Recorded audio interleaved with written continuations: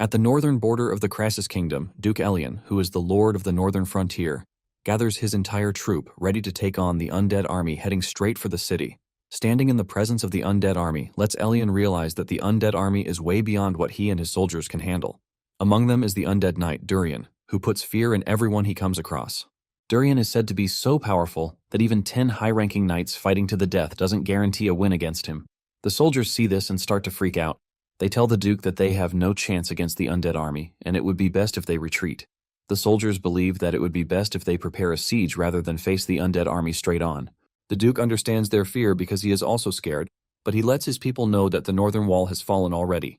They are the last line of defense, and if the undead breaks through to the city gates, it is over for the country. Elion tells his soldiers that no matter what they do or how they do it, they need to make sure that they hold off the undead army. Suddenly, an unknown rider goes past the troops at high speed and heads straight for the undead army. The soldiers are shocked to see this as they wonder who it is that is charging into the undead army without caution. Suddenly, it dawns on them that it is Urin Rox. Urin Rox has been sent to help them from the southern Marquisate of Rox. Apparently, the carefree rider, Urin Rox, is our protagonist, and he fights with daggers. They know of Urin's capabilities, but the soldiers doubt if he will be able to do anything against Durian. They conclude that Durian will never fall to daggers, but they have not finished making their conclusions when Urin hits the undead knight with his dagger. The dagger sticks to Durian's head, which he is holding in his hand. Surprisingly, the head is sent flying and Durian starts melting away. This leaves everyone stunned and they refuse to believe what is unfolding right in front of their eyes. Urin doesn't stop there.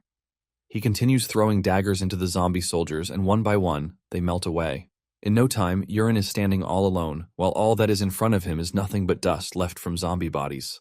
The soldiers who are watching try to wake up from whatever dream they are in, but soon realize that it is real life. They wonder if Urin is a saint sent to save them by the heavens. Urin hears them call him a saint, and this makes him laugh since they are far from the truth. After defeating the undead, Urin stands still to check his stats from the status screen. From the information on the status screen, he realizes that he has gained experience points. Apparently, he used a poison called Firebone Mountain, and this is a poison that even melts undead marrow. Because Urin just used it, the poison gained a ton of experience. Urin doesn't mind taking everything as long as it is useful for him. 6 months before then, our protagonist had opened his eyes to find himself in a strange room. He is on a king-sized bed inside a luxurious room. He suddenly heard someone call him Young Master. He looks up to see a beautiful woman knight standing in front of him. He is still commending her beauty when he realizes that the clothes she is wearing look strange. The knight asks him if he is feeling okay, and before he can answer, she mentions that she is going to call for the priest. As she turns around to leave, Urin calls her back, telling her that he would like to ask her something. However, the knight just ignores him and walks out of the room. After she is gone, Urin gets out of bed and walks to the mirror. This is where he is hit with the greatest surprise.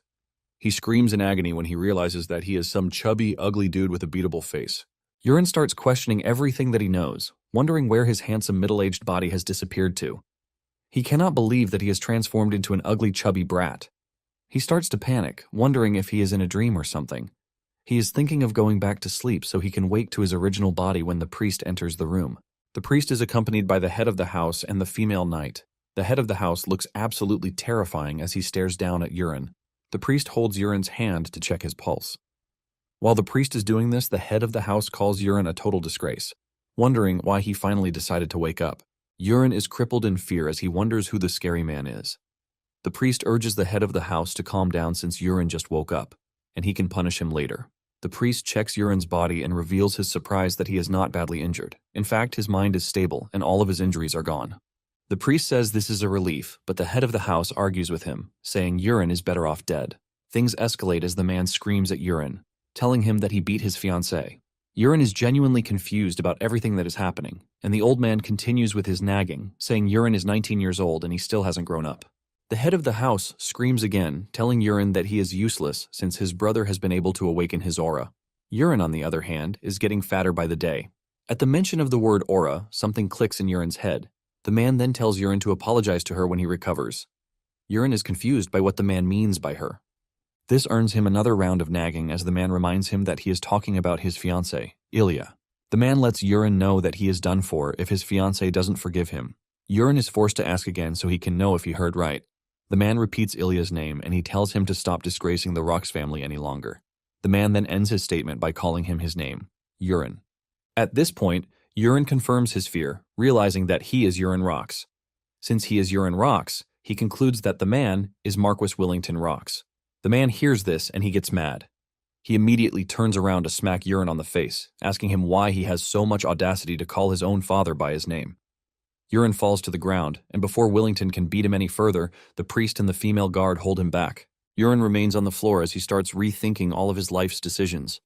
He cannot believe what is happening to him. He passes out and expects to wake back up to reality. When he wakes up, he is shocked to see that he is still in the same room and the female knight is there with him. He wonders why he is not waking up from the dream, and the female guard walks up to him, asking him some dumb question about whether he is awake. Urine decides to fully confirm if he is right with his deduction. He calls the female guard Aaron, and just as he feared, the lady answers to the name. He then confirms from Aaron that the reason he was bedridden is that he went after Ilya and got beaten up to the extent that he passed out. Aaron reveals that Urine attacked his fiancée in the room, but she turned the tables and beat the crap out of Urine before he finally passed out. Urine grabs his head in horror as if he just remembered something crazy. Aaron is confused as to what is wrong with the dude, but Urine knows that he is so fugged. Urine finally calms down, and he comes to the bitter realization that he has somehow ended up inside the web novel that he wrote. However, the worst thing is that he didn't enter the web novel as the protagonist. He ended up coming into the story as the trash villain who picks a fight with the hero and ends up dying horribly. Urine starts freaking out again, leaving Aaron to ask him what is wrong with him. Urine screams, saying he has somehow found himself in a trash story that is not even a webtoon. The Urine Rocks that he has possessed is a piece of trash who has no talent, no skills, and he never trains. He is just a dumb villain who leeches off his family name as the heir, but then he loses his fiancée to the protagonist. Enraged, he attacked the protagonist, but this turned out to be a mistake on his path because the protagonist trashed him before killing him in a dirty back alley. Now that he has found himself in the body of a trash person, our guy wonders how he is supposed to survive. Since this is a fantasy world, he is still confused about what abilities Urine has at all. However, he knows about the chances and items that the protagonist hasn't found yet.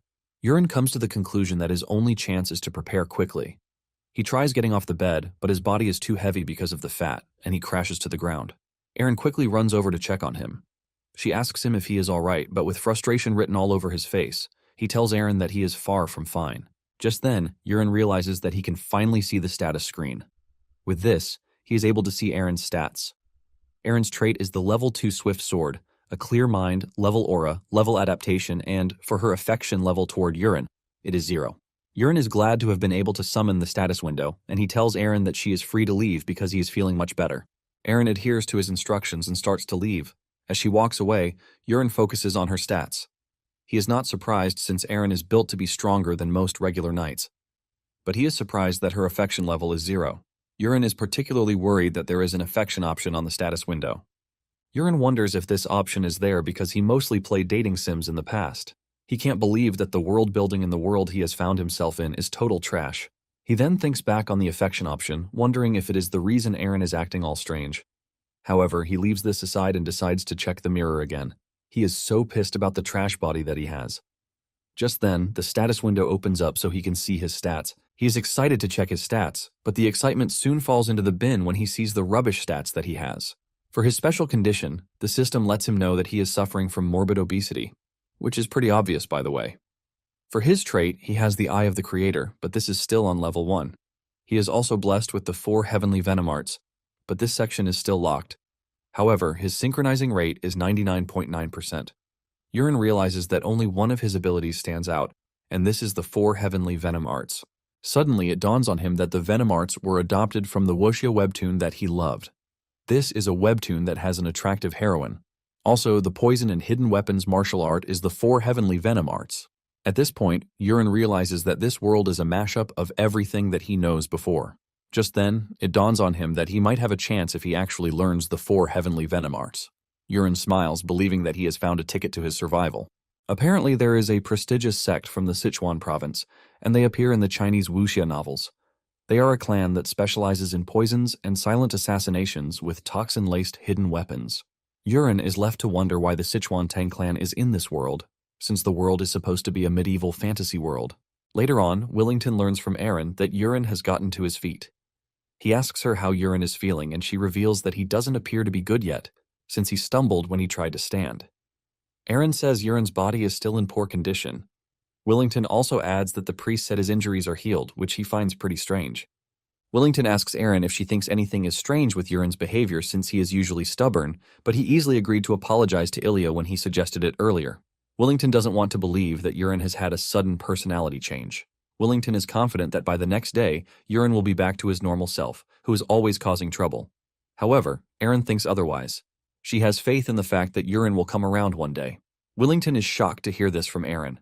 He is surprised that Aaron still has some faith in Urin when he, who is his father, has already given up on him. Willington tells Aaron that she is basically putting her hope on something that might never come true. Willington starts to regret his action of not allowing Aaron to just live her life as a knight, instead of assigning her to Urin. Even with everything that Willington is saying, Aaron still believes in her heart that Urin is different. She cannot explain the feeling, but she just knows it. The next day, Aaron is shocked when she hears Urin asking for the training hall because he would like to exercise his body. Aaron cannot believe her ears as Urin demands that she lead him to the drill hall. Urin notices Aaron's reaction, and he asks her if there is any problem with this. Urin has already figured out that the creator's eye allows him to see stats, but as for the Sichuan Tang clan, he still doesn't know how to unlock it. Urin assumes that his obesity might be getting in the way of that. Because of this, he wants to exercise his body until he figures out a way around it. As he and Aaron walk through the mansion, Urin is impressed by how big the garden is, and he compares it to several stadiums combined. After walking for a few minutes, Urin is already feeling the heat. He thinks of working out in his room, but he knows that he will always give up and just sleep since there is a bed that will be staring at him in the face. Urin is wise enough to know that he cannot work out in his room. They walk past a bunch of workers and maids. Thanks to the eye of the creator, he is able to see what they think about him. Every servant that he has come across either dislikes him or hates him extremely. Urin doesn't blame any of them for this since Urin was a piece of crap who trashed everyone in the mansion. Soon afterward, they arrive at the third training hall. Urin is already out of breath by the time they get there. Aaron lets him know that the knights make use of the second and first training hall, which is why the third training hall is free. Upon entering the training hall, they realize that there is someone undergoing a training session there. He checks the dude's affinity and realizes that he is the worst he has come across so far. The dude doesn't just dislike him, but he hates him and wants to kill him. The dude is Recca Olian, and the moment he sees Urin, he starts walking toward him to greet him.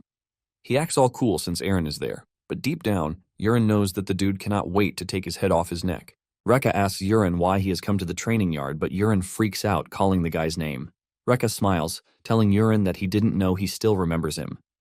Urin doesn't really remember Recca, and he calls Aaron aside to ask her if something happened between him and Recca. Aaron is surprised that Urin doesn't remember what he did. Apparently, some years ago, Urin's father forced him to train. Urin was mad because of this, and he called Recca over. Recca was still a trainee back then. Urin does his usual villainy crap and puts a scar on Recca's face while laughing like a maniac. After Urin did this, his father practically gave up on training him. After hearing this, Urin realizes that his old self is a really trashy dude.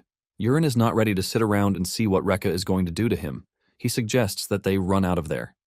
He asks Aaron if there is another training hall that he can use alone. Aaron reveals that there is a fourth hall, but it is very far away, and the equipment is poor. Aaron says it is mostly an empty field, but Urin declares that this is exactly what he wants. Since he wants to lose weight, he wants to do it the proper way. Realizing that she can't change his mind, she has no choice but to take him to the fourth training hall. They arrive at the training yard, and Urin is surprised when he finds throwing knives on the table. Urin remembers that the Sichuan Tang clan specializes in throwing knives and small weapons. He picks up one of the knives, hoping that he can do something good with it. Urin skillfully picks it up and uses all of his might to throw the knife. However, the knife doesn't reach the target before falling off. Urin is embarrassed by this, and he turns around to look at Aaron, telling her that he just threw the knife for fun and didn't mean anything serious with it. Urin realizes that the first thing he needs to work on is his stamina. He decides that running around the training yard should help with this. Aaron just stands there, staring at him as he tries to make up for the embarrassing moment he put himself in. Urin starts running around the yard, telling Aaron that she is free to train whichever way she wants. However, Urin almost passes out after a few laps on the training ground. Later on, his father learns that he has started training, and this shocks him. However, he doesn't think it is going to last that long. Surprisingly, Urin is still training after 3 weeks. Willington cannot believe that his son has not skipped a day's training since he started. In just 3 weeks of constant training, Urin has lost a lot of weight, and his appearance has changed so much. Willington is now proud, and he finally starts to address Urin as his son. Willington realizes that without the body fat, Urin is pretty handsome. Willington wonders if his son has truly changed in his ways. Even Urine stands in front of the mirror in his room to admire himself. He realizes that he has lost a lot of weight, but even with this, the Sichuan Tang clan trait still refuses to unlock. He decides that he will give it a month, and if it doesn't unlock by then, he will proceed to steal everything meant for the protagonist. Momentarily, Aaron enters the room with Urine's food. The meal is basically called Chirin soup, but unlike its name, it is pretty useful. It is a nutritious stamina dish that is excellent for burning fat and building muscle. In the Rox family, it is natural for them to eat it after every training session. Urine cannot believe that he has to eat Chirin soup again. Aaron asks him if he is tired of the soup already, and he says yes. He mentions that he has been eating the soup for 3 weeks straight without eating anything else. Aaron stares him right in the face and with a stern and scary look. She asks him what it is that he truly wants. She wants to know if it is his desire to become a knight or just to lose weight.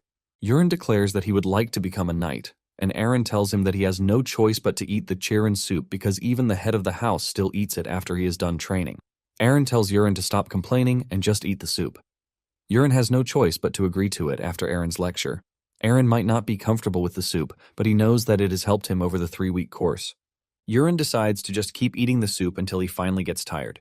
He takes a spoonful from the plate, and just as he chews it, he notices something strange.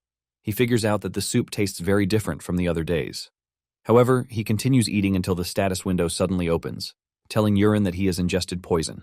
Urine is shocked to see this, but it turns out to be a blessing because this satisfies the condition to unlock the Sichuan Tang clan. Urine looks up and smiles since he knows that it is the start of his great journey. Willington stands at his window as usual to admire his great son. Just then, someone knocks on the door, and the man orders them to come in. It turns out to be his second wife, Kana, and she has brought tea for them. She noticed that her husband was staring at something and asked him what he was staring at, and he lied that he was looking at the beautiful garden. Kana then uses the opportunity to praise herself, saying she has been specially taking care of the garden. The Marquis plays along, telling Kana that her skills are impressive. Just then, Kana resorts to her female instincts as she walks up to the Marquis to hug him from behind. She hugs him, asking him when he plans to choose her son, Colin, as his heir, just like he has previously mentioned. Kana suggests that the Marquis do this pretty quickly since he has already decided. The Marquis then shocks her, telling her that it might take more time than he actually thought.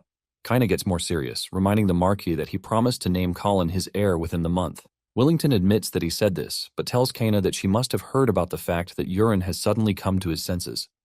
Since Urine is the eldest son, Willington believes that Urine can turn out to be a good successor. Kana puts on a fake smile, telling her husband that she has also heard about Urine's sudden change. She says she is happy that the boy has finally come to his senses. Willington starts laughing, telling Kana that he doesn't believe that he was called back to his senses by a beating from his wife. Kana then returns to the topic of the successor, asking him what he plans to do about it. Willington says Urine has only been training for 3 weeks, and he would like to watch him a bit longer before making his decision. However, he promises Kana that he will immediately hand over the position of heir to Colin if Urine goes back to his old ways. After hearing this, Kana turns around to leave, telling her husband that she will be waiting for him in the bedroom. She steps out of the room and almost bites the dust with how pissed she is, and she swears to show Urine what she is capable of. Now in the present, it finally dawns on Urine that the condition to unlock the access to the Sichuan Tang is to ingest poison, and he has just done so. He then stares at the status window to know what has been placed inside the soup given to him. Apparently, the soup has a special herb in it, and this causes paralysis. It is a medicinal herb, but it carries a bit of toxin in it. The herb is harmless to adults in small quantities, but consistent consumption of this leads to paralysis and later kills the target. Urine is staring at the status screen when Aaron enters the room, asking him if he is no longer interested in the food. Urine apologizes and starts consuming the soup hurriedly. However, he is left with the question of who could have put the poison in the food. He is assured that he can't be killed with poison, but he knows that something has changed in the storyline. Just then, it dawns on him that Colin has not been named heir yet, which was something that happened around this time in the story. He wonders if the naming of an heir got delayed because he started training, and the person who put the poison in the food doesn't like him, and most likely from Colin's camp. After he's done eating, the system informs him that weak paralysis poison has been unlocked for him. Urine turns to Aaron, telling her that he has finished the meal and it is so good that it brought him to tears. He tells her that he wants some time alone, and without argument, Aaron excuses herself from the room, urging Urine to take a rest. After Aaron is gone, Urine stands in front of the mirror and demands that the Sichuan Tang clan appear to him. Just then, Urine's stats appear right in front of him. He has gained some skills, which include mild poisoning, but his overweight status still remains. In addition, his sync rate has dropped to 97%. Urine then focuses on more of the traits, and he realizes that there are a bunch of traits that are still locked. He still cannot access the most powerful techniques because they require other conditions to be met. Urine is blown away by the number of poisons that are available to him, and the last level on the panel is level 30. To get to level 30, he needs to unlock the levels above it. However, he needs an inner technique to unlock the basic one. Urine realizes that the Tang clan actually uses internal energy to wield poison. He then checks the martial arts section, where he realizes that he can choose one of 4 available techniques. There are the Dark Poison Arts, Thunder Needle Arts, 10,000 Venoms, and Divine Energy. Urine immediately knows the right choice for him since he is a big fan of the Tang clan story. The Dark Poison Arts focus on poison, while the Thunder Needle Arts focus on hidden weapons. For the 10,000 Venom Divine Energy, it takes longer to master, but it allows the wielder to reach mastery in both poison and hidden weapons. Without thinking twice, he picks the 10,000 Venom's Divine Energy. The moment he makes his choice, he feels a strange energy circulating through his body, and he realizes that he needs to immediately circulate the energy. He pulls off his shirt and starts to meditate, and with this, he feels a strange flow all through his body. He comes to the realization that the energy he is feeling is qi. He starts guiding it through the proper meridians so he can store it in the dantian to build internal strength. Urine remains in this position overnight without realizing it. Even though he didn't sleep, he doesn't feel tired. His body has also changed without him realizing it. Urine has been able to concentrate the qi so that he now feels it everywhere.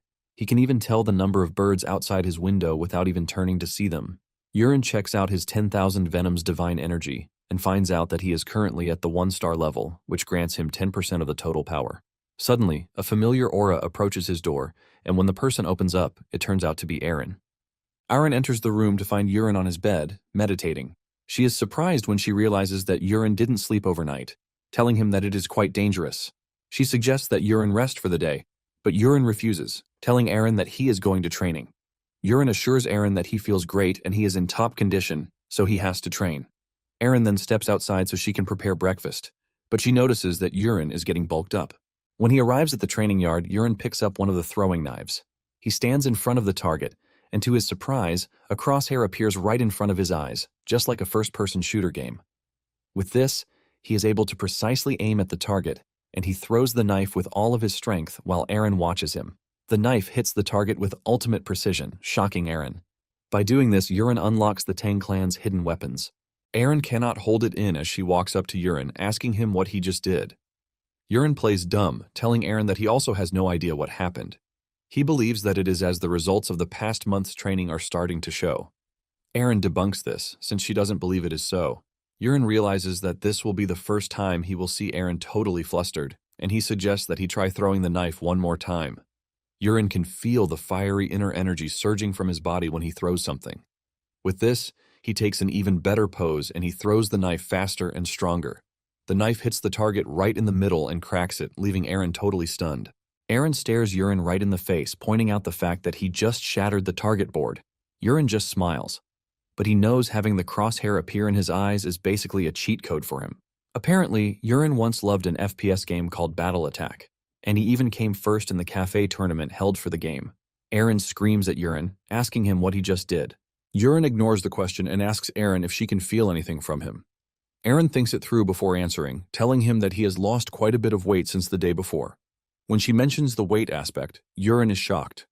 Aaron then points out that Urine has been training every day and eating the soup, which has made him lose a lot of weight. However, he looks totally different overnight. Urine is surprised to hear this, but most importantly, he is relieved that Aaron can't sense the inner energy flowing through his body. This basically tells him that he is the only one who can use inner energy in this world, and no one else can detect it. With this, Urine is confident that he has gained incredible power, and he decides to keep practicing. He picks up the knives and starts throwing them to hit the target with precision. Aaron is shocked to see this, and she finally steps up, asking to try throwing the knives too. She picks up a knife, strikes her pose, and throws it. But to her surprise, the knife bounces off the target instead. Urine laughs, saying he is glad that there is something Aaron can't do. Urine then takes another glance at the status window, where he sees that he has unlocked the straight cut. This allows him to throw faster and stronger, and not only with memory objects. Basically, he can pick up anything and throw it with ultimate precision, just like he is doing with the knives. Urine is surprised to see this, and he decides to try it out without delay. Aaron is still busy beating herself up when Urine urges her to step aside. Aaron is shocked when she sees Urine holding a broken wooden sword. Urine stands in front of the target and he circulates energy through his body, and using the straight cut skill, he throws the damaged wooden sword. To Erin's greatest surprise, the wooden sword shatters the target. Erin screams in horror, and she asks Urine what sort of power he has running through his veins. Urine awkwardly replies that it is the power of practice, but Erin is not a fool, and she knows that it is quite impossible. Urine then begs Erin for a favor. He is aware that she reports his every move to his father, but he begs her not to tell his father about this in the meantime. Erin wants to argue this, but Urine points out the fact that he is currently testing out several things, and he promises to explain everything to her later. All he just wants is for her to give him some time to put things in order. Erin has no choice but to agree to this. Later that day, Urine follows one of the workers, Peru. Using the creator's eye, he figures out that the dude uses poison, but his affinity toward him is neutral. Urine immediately figures out that Peru is the person he is looking for, as he is the only one who can easily slip poison into his food without anyone realizing it. Using the arrow floating in his hand, Urine is able to target Peru, and he hits him with a paralytic poison that leaves a green trail. Peru gets hit before he even knows what is happening. He crashes to the ground and passes out while Urine is proud of himself. Thanks to the status window, Urine can see that the effect of the paralytic poison will last for an hour. Urine grabs the unconscious dude and takes him to a quiet warehouse. When the dude finally wakes up, he sees Urine standing in front of him, and he looks really menacing. Urine smiles evilly, and Peru already knows what is coming for him. Urine then urges Peru to answer his questions honestly if he wants to live to see another day. He asks him if he is the one who put poison in his soup. Urine tells Peru to blink once if the answer is correct, but if it is wrong, he should blink twice. He asks him again if he is the one who poisoned him, and he blinked once. He then follows through by asking if the poison was Hanyang herb, and Peru blinked once again. Urine is glad that Peru is cooperating with him, and he proceeds to the next question, where he asks Peru if Kaina was the one who asked him to carry out the poisoning. Peru blinked twice, saying it wasn't Kaina. Urine gets mad, and he whips out a knife, telling Peru to think again, since it would be best if he didn't lie to him. Urine lets him know that he has a way of seeing and knowing things.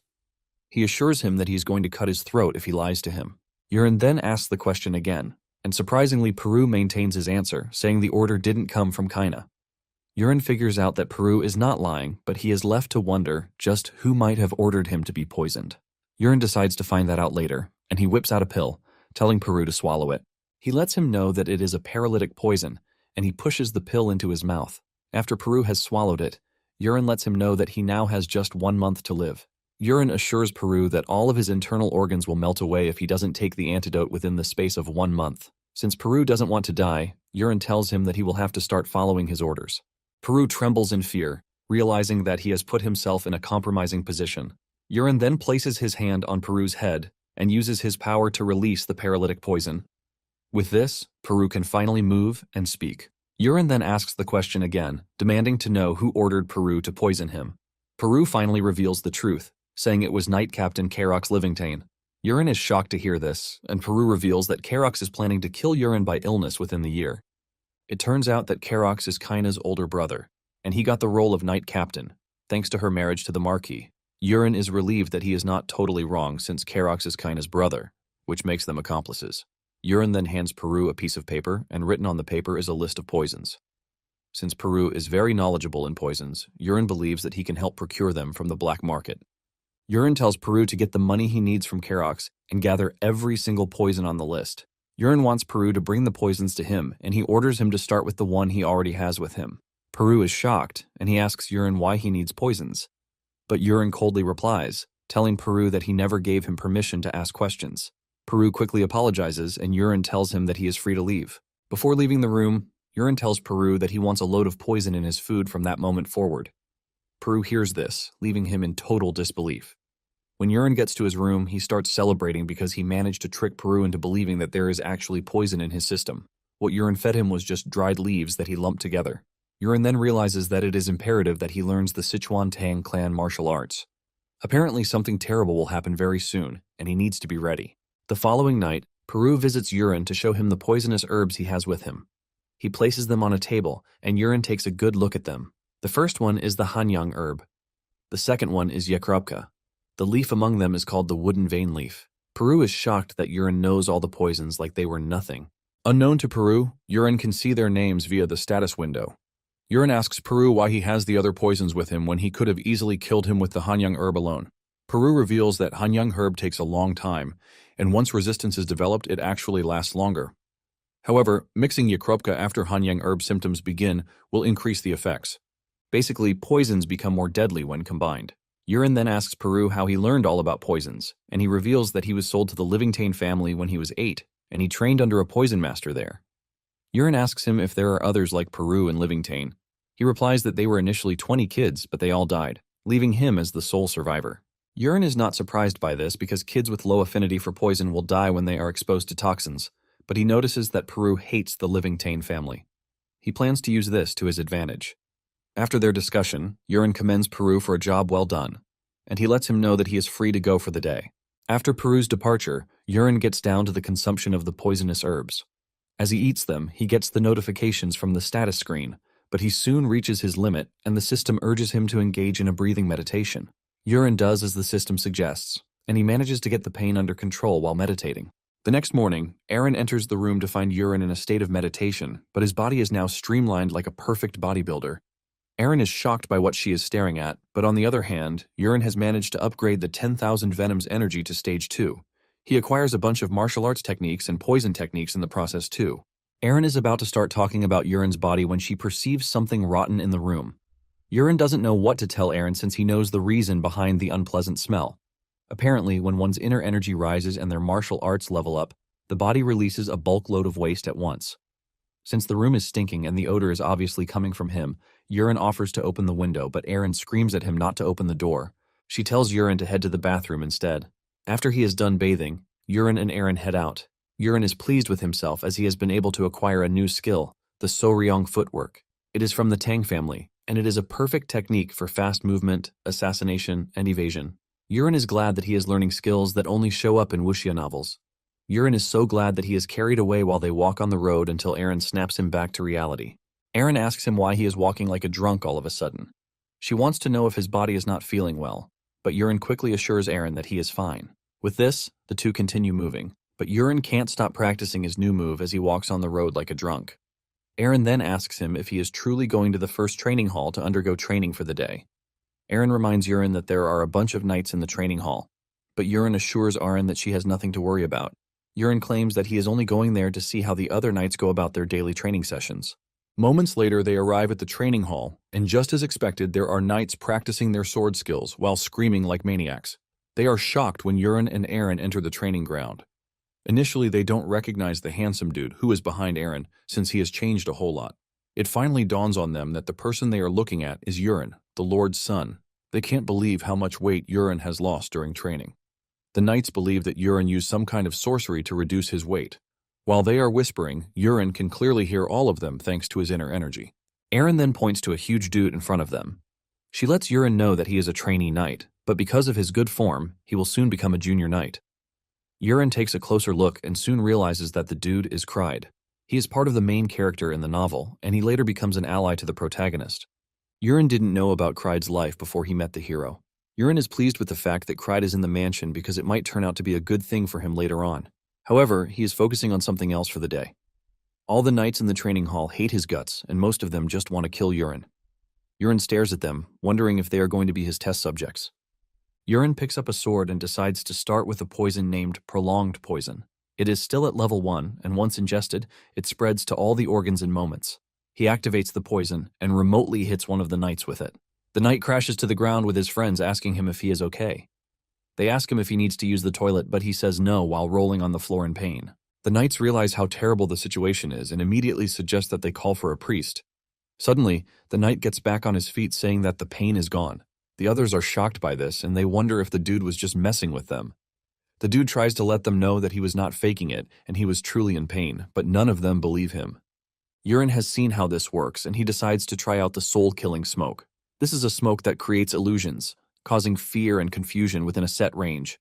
The knights are still scolding their counterparts for faking his pain when Yurin hits them with the soul-killing smoke. Immediately, everyone in the range of the effect starts to freak out.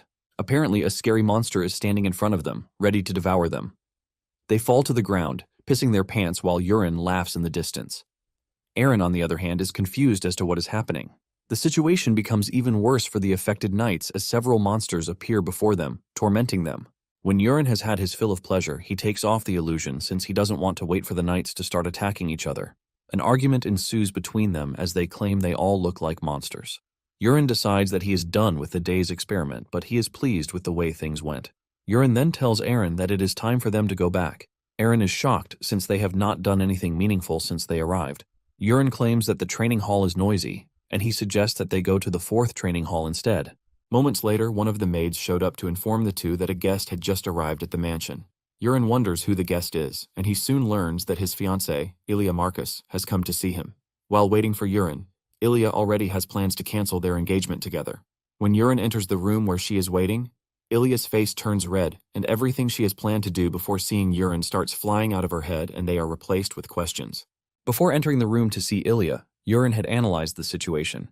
He knows that Ilya is good with her fists, and it was around this time in the story that Ilya demanded that they go their separate ways. However, the novel Urine kept refusing to let go. However, this time around, Ilya is shocked when she sees Urine. She starts asking him who he is.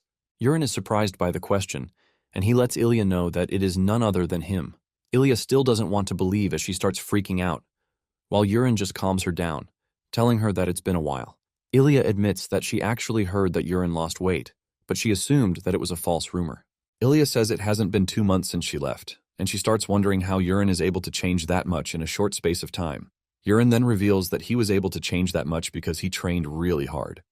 This shocks Ilya, and Urine continues, revealing that after he got whooped by her, he started rethinking his life decisions, and because of this, he decided to change. Ilya asks him if he is trying to get revenge, but Urine says no. Just then, Urine does something surprising. He gets on his 2 knees and bows to Ilya, thanking her. This shocks the lady, who can't get to see her man on his knees. Urine reveals that he was able to change his ways, which is all thanks to Ilya.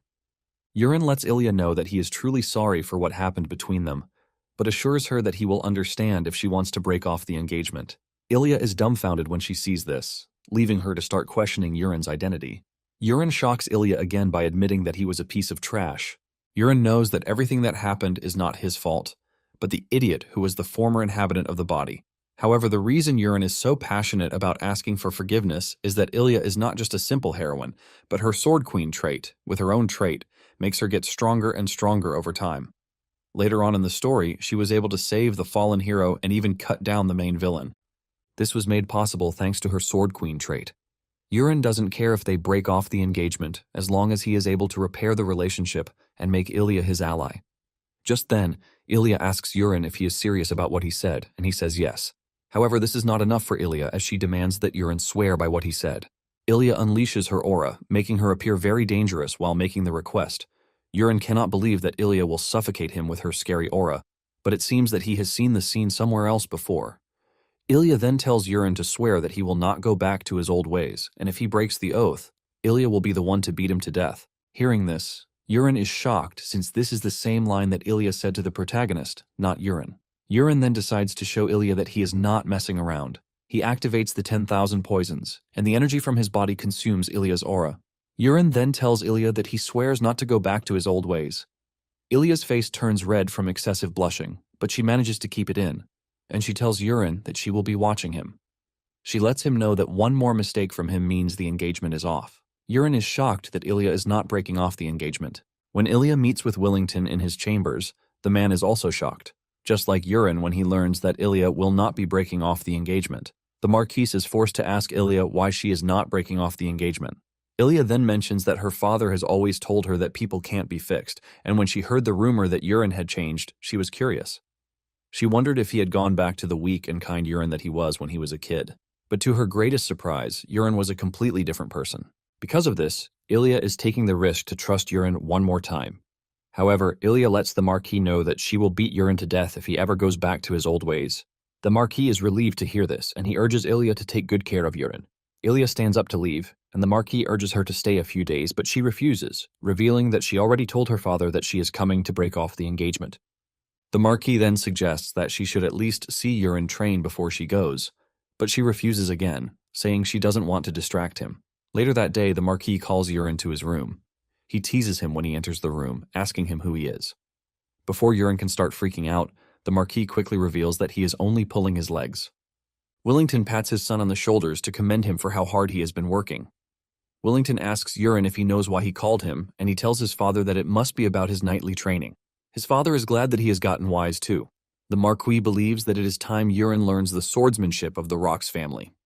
Just then, Urine tells the Marquis that he has something important to inform him concerning the issue of knight training. Instead of training to become a knight, Urine shocks his father, saying he wants to learn throwing arts instead of swordsmanship. His father immediately gets furious, saying he cannot allow this since it is a cheap technique used by thieves. The Marquis claims that with a throwing technique, he won't be able to cut through a knight's armor, not to mention the bodies of scary monsters. Urine immediately puts up a suggestion, telling his father that they should make a bet. He wants them to make a bet on whether he can catch the beast Borak with a dagger or not. The Marquis hears this and believes that Urine is just being stubborn. He tells him that a warrior's blade needs to be infused with aura to be able to break through the scales of a Borak. The Marquis believes that even if Urine trains for 100 years, his throwing knives will not be able to break through the Borak's scales. Since this is Willington's belief, Urine urges him to make the bet. The Marquis decides to indulge Urine on the bet, and Willington asks him what he plans to wager. Urine tells the Marquis that if he manages to defeat the Borak with his dagger, he will be the one to handle his training, but if he fails, he will follow his father's will. With this, the two make their bet. Urine returns to his room with relief because he realizes that Aaron hasn't told his father about his training yet. Since the practical test is the next day, Urine wonders how many tries it will take him to break the Borak's scales. To prepare for the test, Urine decides that he needs to eat some poisoned herbs just in case. He plans to raise the divine arts to the 3rd star. Just then, Aaron enters the room with a message from the Marquis. Apparently, the Marquis has picked the time and venue. The test will be held at noon the next day, and they will use the first training hall. Urine then asks her if she knows the details of the bet, and she says yes. However, she is not the only one who knows it. The entire estate is aware of the bet that they made. Because of this, the entire estate is laughing because they are pretty sure Urine will pee his pants when he faces the Borak. Aaron reveals that everyone is having fun chatting about how he is going to fail since he is the #1 public enemy.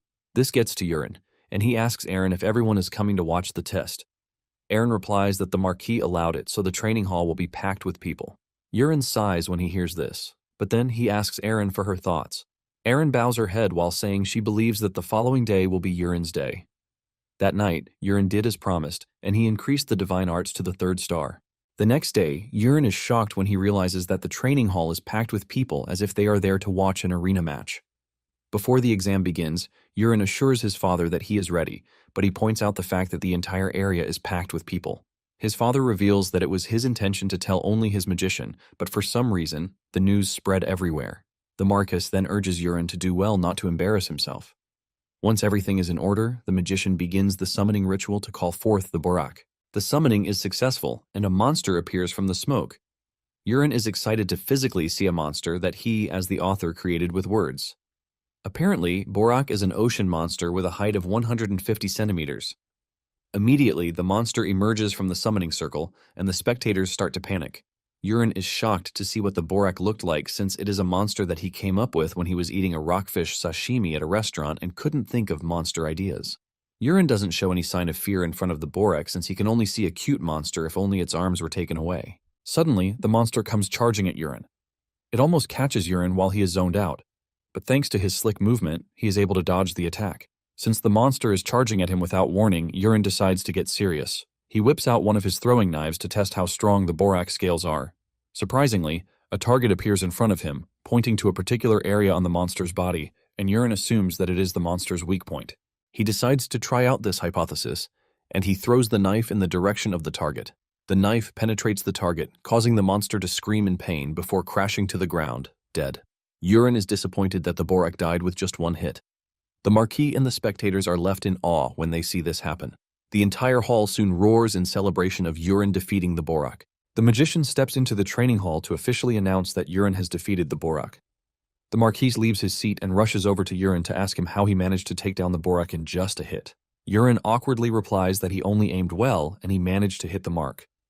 The Marquis doesn't want to accept the result since the Borak died from a single dagger strike. He argues that it doesn't make sense, and Urine quickly cuts in, asking if the Marquis is trying to go back on his word.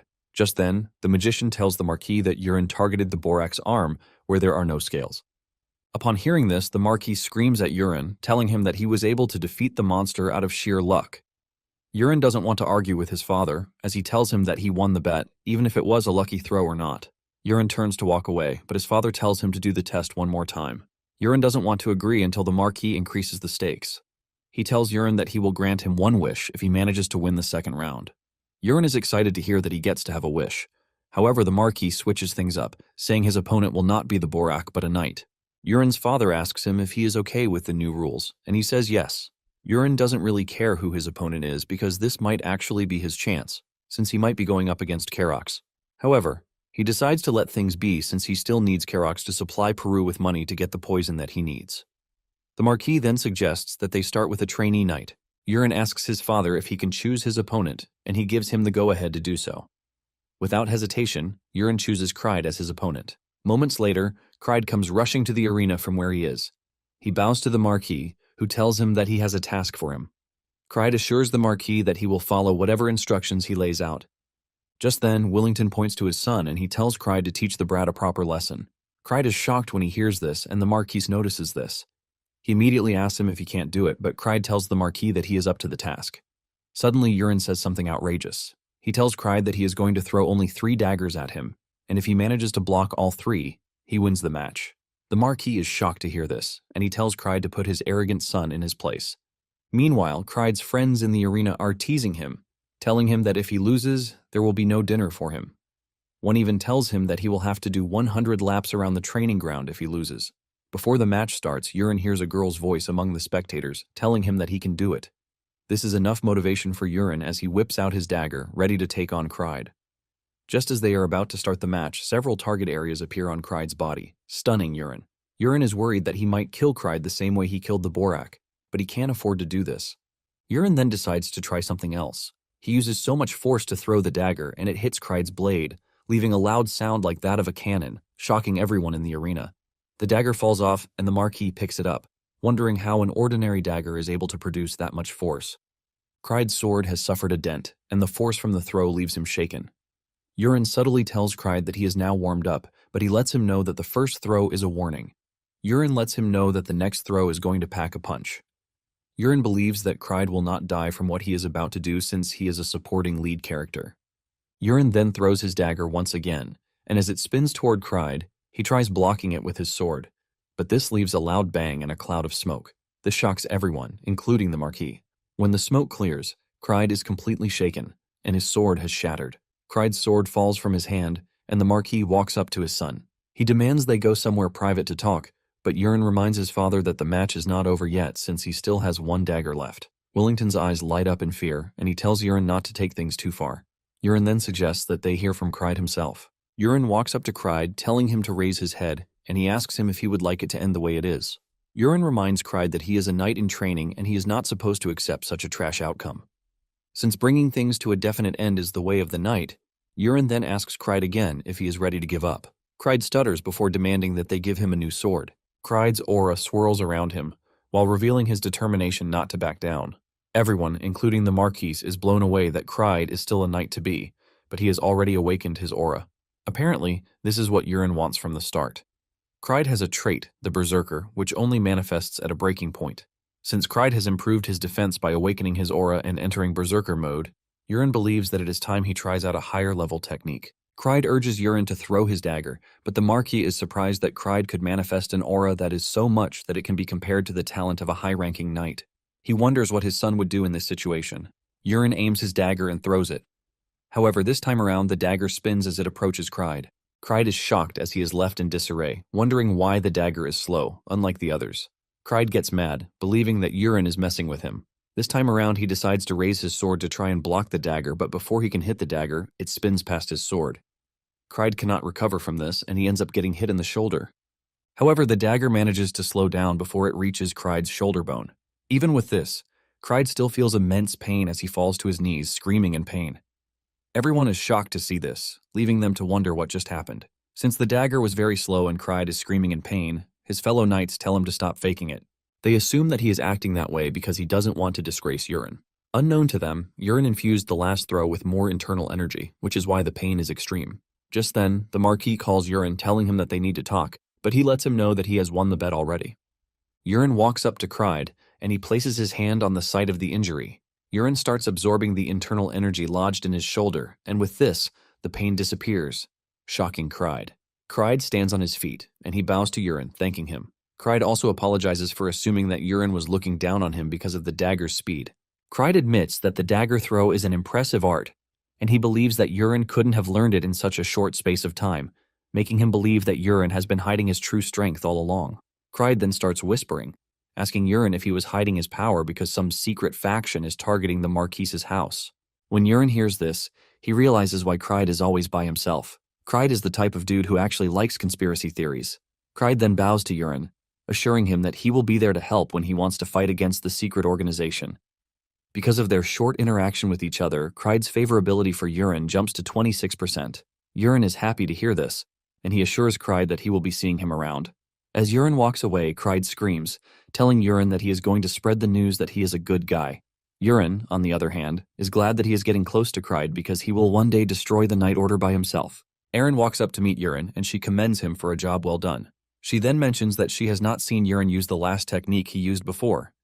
Yurin quickly tells Eren that it is a new technique, and he asks her what she thinks about it. Eren admits that she also would have been defeated if she were facing the technique for the very first time. However, she is confident that she can now block it. Yurin knows that this is not a bluff on Eren's part. Apparently, Eren has a trait called Clear Mirror that allows her to quickly adapt to situations and scenarios. Yurin then asks Eren if she is fine with the life she is currently living, because if she is not serving as his attendant, she can easily become a high-ranking knight. Eren is surprised, and she demands to know why Yurin is suddenly asking such a question. Later on, Yurin meets the Marquis in his office. Willington screams at his son to call him father whenever they are alone, because being so formal makes them feel distant. Yurin awkwardly agrees, and he addresses the man as father. The Marquis then asks Yurin about the technique that he used during the duel. He has been going through the archives and couldn't find anything related to the type of technique that Yurin used. The man says Yurin has only been training for a month, which makes it pretty impossible to learn such a skill in a short space of time. The Marquis demands that Yurin tell him the truth, but Yurin knows that he obviously can't tell him what the truth is. However, he had already prepared something just in case something like this came up. Yurin then lies that he found a book when he was looking through the family's archives for effective training methods. He explains that a book on the top shelf suddenly fell on him. Apparently, there was no writing on the cover of the book, but there was a strange pattern that was engraved on it. Yurin says he didn't think much about the book, and when he opened it, a light appeared from it, shining on his face. In the process, something enters his head, and after this, the book disappears. The Marquis is shocked to hear this and immediately tells Yurin that he must have encountered a grimoire. Yurin was expecting this since he was the one who created the concept. He put it down that a grimoire is a way to pass down techniques or magic by engraving them into a book through the power of a great mage. The Marquis doesn't doubt his son's words because the archive contains lots of books that have been collected by their ancestors, and even the Marquis doesn't know everything in the archives. The Marquis then tells Yurin that fate must have bestowed upon him a great fortune, which is why he came across the book. The Marquis then tells Yurin that he is going to keep to his promise, and he won't force him to learn swordsmanship. And for the other promise, which is a wish, the Marquis asks him what he wants. Just then, Yurin demands something that shocks his father. He tells his father that he wants the position of the heir, leaving his father's jaw on the floor.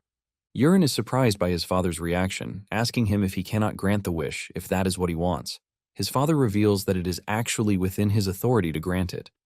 Yurin mentions that his father's expression is pointing to something else, and he knows his father is hesitant because he knows it would cause him problems. There are many people within the Marquisate who would oppose the declaration, especially Kaina. Because he knows how troubled his father would be, he tells him that he will be yielding this time around. The Marquis is relieved to hear, and he thanks Yurin. In reality, Yurin is not even interested in the position of the successor because if he becomes the heir, he will have to spend the entire day with his father, so he can receive education on how to manage the Marquisate, which basically means his freedom is gone. Instead of this, Yurin would rather improve his skills and travel the world on an adventure. His father then asks Yurin for another wish since he has forfeited the last one. Yurin lets his father know that he plans to create his own Night Order. The Marquis is shocked to hear this, and Yurin reveals that he plans to appoint Eren and Cried to the Order as his knights. Since the request is not as difficult as the successor's position, the Marquis grants Yurin's wish. Yurin bows to his father, thanking him. The Marquis then asks Yurin how he will go about getting a new butler because all of the current butlers have someone they are serving. Yurin then reveals that he has someone in mind, and this person is Peru, who works in the kitchen. Yurin wants the Marquis to make it seem like he was the one who appointed him, instead of making it seem like it was Yurin's choice. The Marquis is surprised to hear this, and he asks Yurin if there is something wrong, but Yurin assures his father that he will explain to him later. The Marquis then decides not to ask further questions, as he seems to be trusting his son day by day. It turns out that his affinity has jumped up to 74%. Even Urien is shocked that the affinity has gone up, but he assumes that it is because he is the Marquis's son. Later on, Urien informs Arin and Kryde that they are now part of his Knight Order, and he wants them to continue training diligently. In addition to this, he introduces the new butler, Peru, to them, assuring them that Peru will be attending to all of their needs. Earlier on, Urien and Aaron had talked about the new arrangement. Urien had come clean, telling Aaron that Peru is actually a spy, which is why he will be replacing Aaron as the butler. Urien reveals that Peru was sent to assassinate him by Kaina and Karox. Aaron was even more surprised to hear this, and she questioned Urien's decision to keep Peru close when he is after his life. Urien assured Aaron that she has nothing to worry about because Peru listens to only him. With this, Urien is able to get Aaron to agree to his plans. Back at the meeting, Kryde raises his hand to ask a question. After he has been given the permission to speak, Kryde asks why there is no vice-captain, at least since they have decided to call themselves the Knight Order. However, the vice-captain must be someone who possesses outstanding skills. Kryde believes that Aaron is not worthy to be in the Knight Order since she is small and frail. Before he can continue talking, Urien cuts in, agreeing with him that the vice-captain needs to be strong. To settle this, Urien tells them that they will engage in a duel. Moments later, Kryde gets defeated by Aaron, shocking him. While lying down on the floor, defeated, Aaron gives him swordsmanship lessons. She lets him know that his attacks are too simple and can be easily read. Kryde doesn't take offense at this. Rather, he assures the lady that he will take the advice to heart. Since Aaron won, Urien says the captain's position has been decided. Peru is shocked when Urien makes Aaron the leader of the Knight Order. Everyone claps for Aaron, and not long after this, Peru prepares to leave so he can prepare dinner. Once he realizes that Peru is a bit far from where he is, Urien decides to try out a new technique that allows him to telepathically speak to his target. Urien calls Peru's name, shocking him. He turns around, but Urien continues calling him repeatedly. Peru almost loses his mind until Urien scolds him for acting weird. Peru then asks if Urien is communicating with him via black magic, but Urien explains that it is a simple communication magic. It starts to dawn on Peru that Urien is a special being since he is resistant to poison, and he can use some really weird techniques. Urien tells Peru that he is free to go with whatever theory he has in his head, but he asks him if the poison he requested is ready. Peru replies that the poison is ready. Apparently, the poison is called snake mind, and it is a poison that is extracted from 100 vipers. Even though Peru is skilled, he barely managed to prepare the poison. Urien is glad that the poison is ready, and he tells Peru to add loads of it to the chirin soup that he is going to eat. Trembling in fear, Peru acknowledges his master's orders. Later that night, Urien realizes that since he reached the 3rd star, his progress has been somewhat slow since his internal energy has not been rising as quickly as he thought it would. Since he doesn't know when the world crisis will begin, Urien believes that it is time he leaves the Marquisate. Shortly afterward, Urien meets his father, telling him that he wants to leave for a while. His father asks him for the duration of time he will be gone, and since he doesn't want to create suspicions, he tells his father that he will be gone for a week. The Marquis has no problem with this since Urien has been diligently training, but he asks him how he plans to handle the escort. Urien shocks his father, telling him that he doesn't need an escort. The Marquis protests against this, reminding Urien of the important position that he holds in the family. Urien tries telling his father that there is no need for an escort since he is only going to neighboring villages, but the Marquis cuts him short. The Marquis reveals that the world has become a very dangerous place, and even though he has gotten a bit stronger, he is worried that his son might get poisoned. Urien realizes that it will be hard for him to convince the Marquis, and he decides to move to Plan B. Urien lets his father know that he is ready to comply, so he doesn't need to worry. The Marquis is happy to hear this, and he asks his son when he will be leaving. Urien replies that he will be leaving in 2 days. With this in mind, the Marquis says he will prepare an escort before then, but Urien has no intention of waiting around for some escort, since he is planning to sneak out the next day. Urien calls Peru to his chambers and reveals that he is going on a trip, but he doesn't have money, so he needs Peru to lend him some. Peru is hesitant, but when he feels the dark and scary aura coming from Urien's body, he quickly obliges.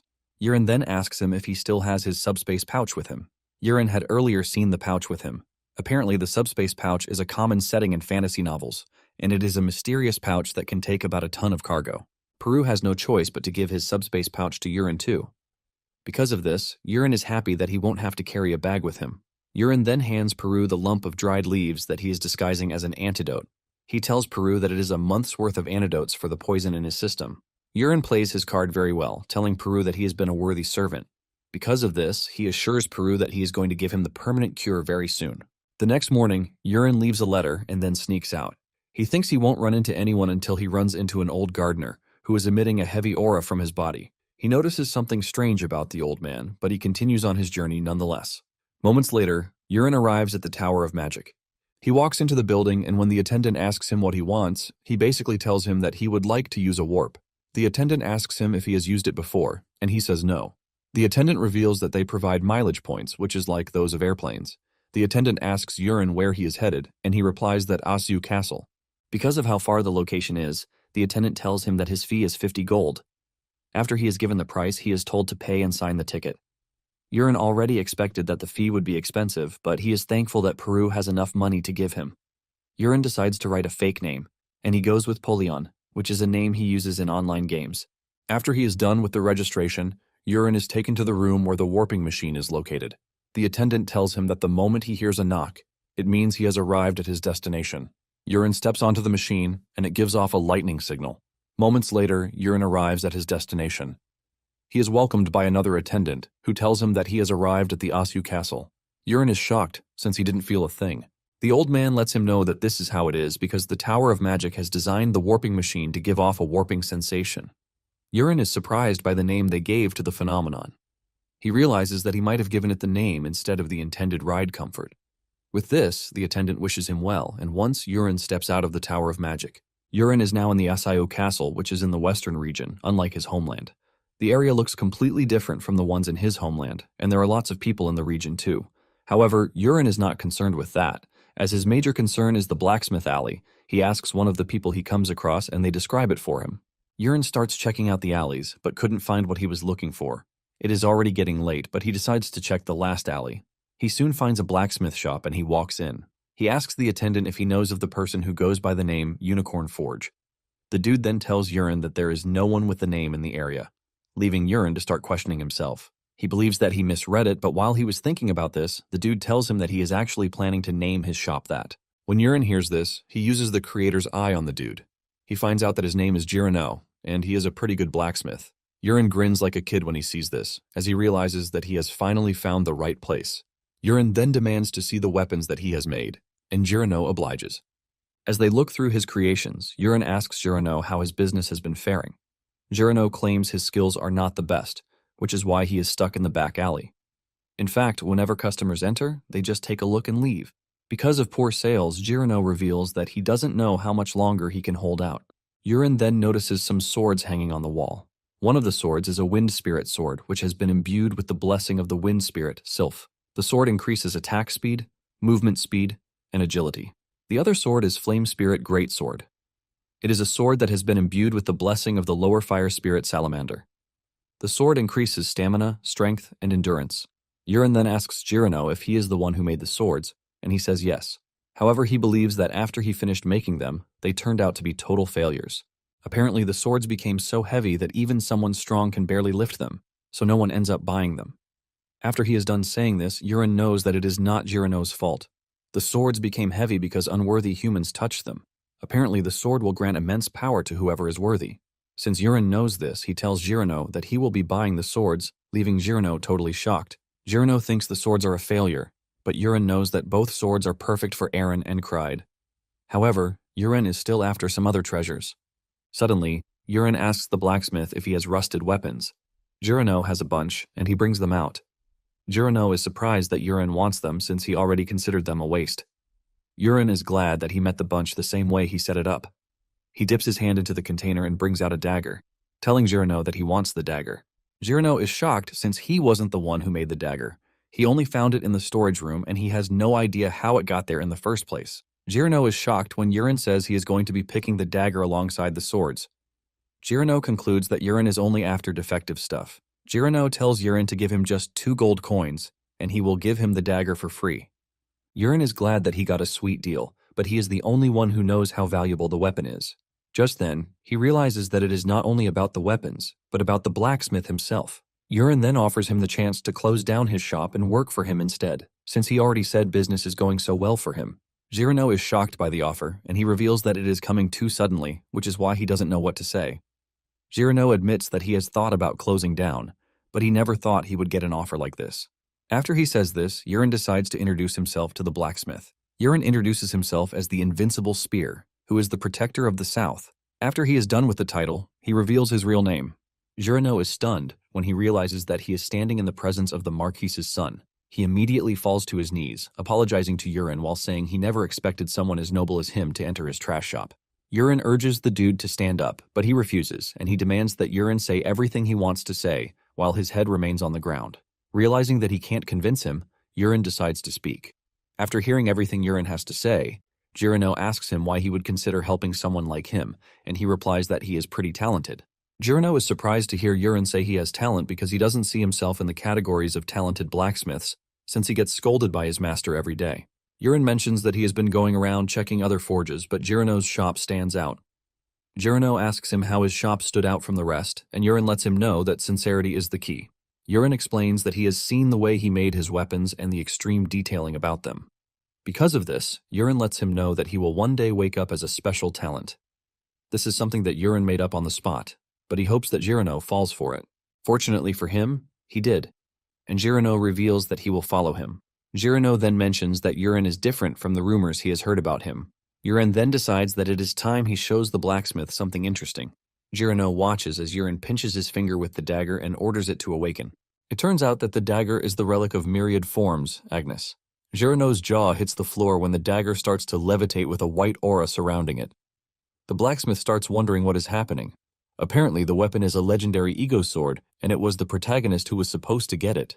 The system asks Yurin if he wants to form a contract with Agnes, and he says yes. Just then, the weapon transforms into a water molecule, and from inside, the voice of a girl comes out, demanding to know who is trying to form a contract with her. Agnes mocks Yurin, telling him that he is pretty talentless. Yurin soon realizes that Agnes is pissed because she can't sense mana from him. After she is done mocking him, she asks him how he knew she was there and how he also knew the spell to release her. Yurin replies that he heard it from the Great Prophet. Yurin was the one who shoved the prophet into the story for consistency. Even though Yurin mentions this, Agnes believes that he is lying. She wants to know why the Great Prophet would waste their time on a talentless person like Yurin. Agnes then asks Yurin if he knows what she can do, and he says yes. This is an easy question since he is the one who wrote the settings. Yurin explains that Agnes can split her body into the main body and the sub-body as two separate weapons. Each of these bodies can then transform into any weapon based on the wielder's imagination. During the main story, the hero fought using a sword and shield, and even though the sub-body was lost, it always finds its way back to the main body. After saying everything, Agnes suggests that Yurin give up on trying to wield her since she can only be wielded through mana. Just then, Yurin points a finger at Agnes, telling her that she is noisy. Suddenly, Agnes turns into a ring and wraps around Yurin's finger. It turns out that Yurin was able to commandeer Agnes because his martial arts substitute for his lack of mana. Yurin then asks Jurino how much time he needs to pack up, and he says 2 days. Yurin then tells him to meet him in front of the Asao castle in 2 days, at noon. Later on, Yurin is walking through the streets when he suddenly runs into his fiancée. They are both shocked, and Ilya asks Yurin why he is in the region. Yurin almost enters the ground when he sees Ilya, as she is the last person he expects to find in the region. Yurin realizes that the scene is somewhat familiar to how Ilya met the protagonist in the original story. It dawns on Yurin that the main storyline has received a bit of a tweak. While he is still trying to figure out what is going on, Ilya asks him once again what he has come to do in the area. Yurin chuckles nervously before revealing that he came to find a blacksmith. Ilya mentions that their family has loads of blacksmiths, and Yurin agrees to this but says he wanted to hire his own man. Ilya says she would have helped him if he had told her earlier, but Yurin assures her that there is no need for that since he has found the right person for the job. Speaking of the devil, Jurino appears on the scene. Yurin then introduces Jurino to his fiancée. Momentarily, the squad leader of Ilya's escorts, Musk, asks her who she is talking to, and when she says Yurin, Musk is blown away. He appears to be flustered by Yurin's presence, and he starts introducing himself down to the minute details. Yurin returns the gesture, but even if he doesn't say anything, Yurin knows who he is.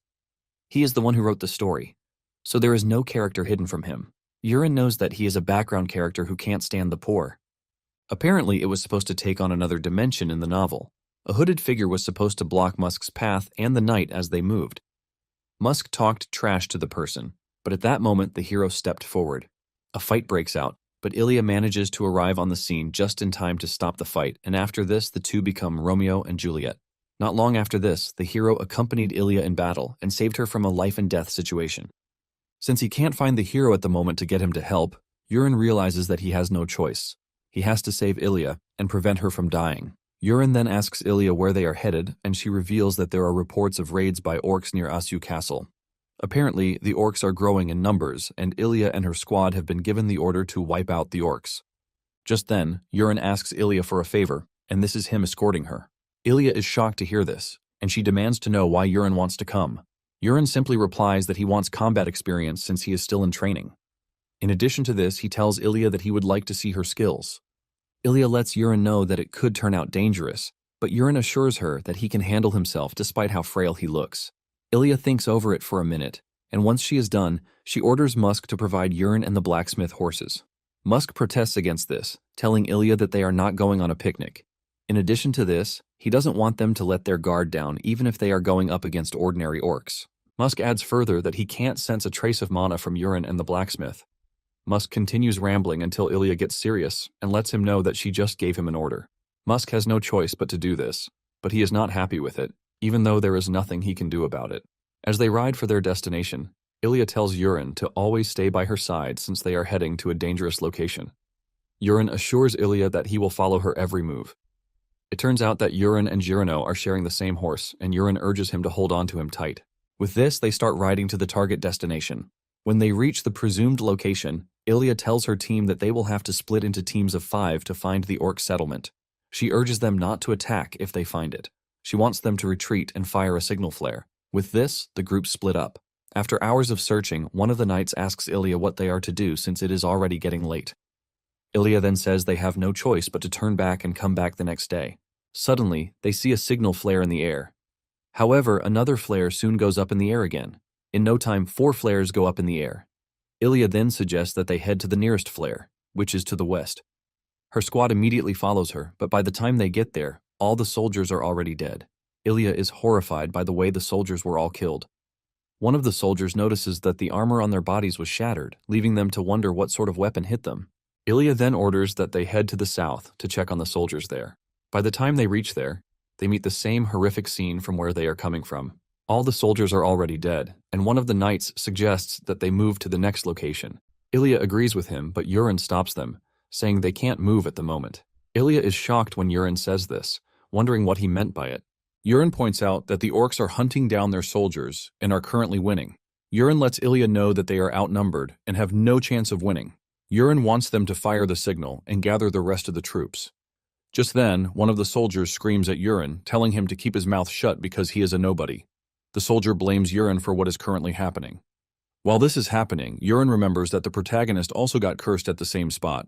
Because of this, readers got frustrated and scolded our guy for dragging things on.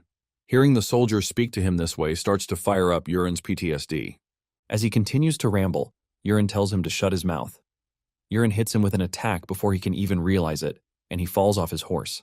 Yurin tells him to know his place and remain where he is. The soldier is forced to answer Yurin like his boss, since he is already paralyzed. He then tells him to watch and see. Yurin raises his hand, and with this, the dude is able to move again. In the main story, Ilya didn't listen to the hero and did what she thought was right.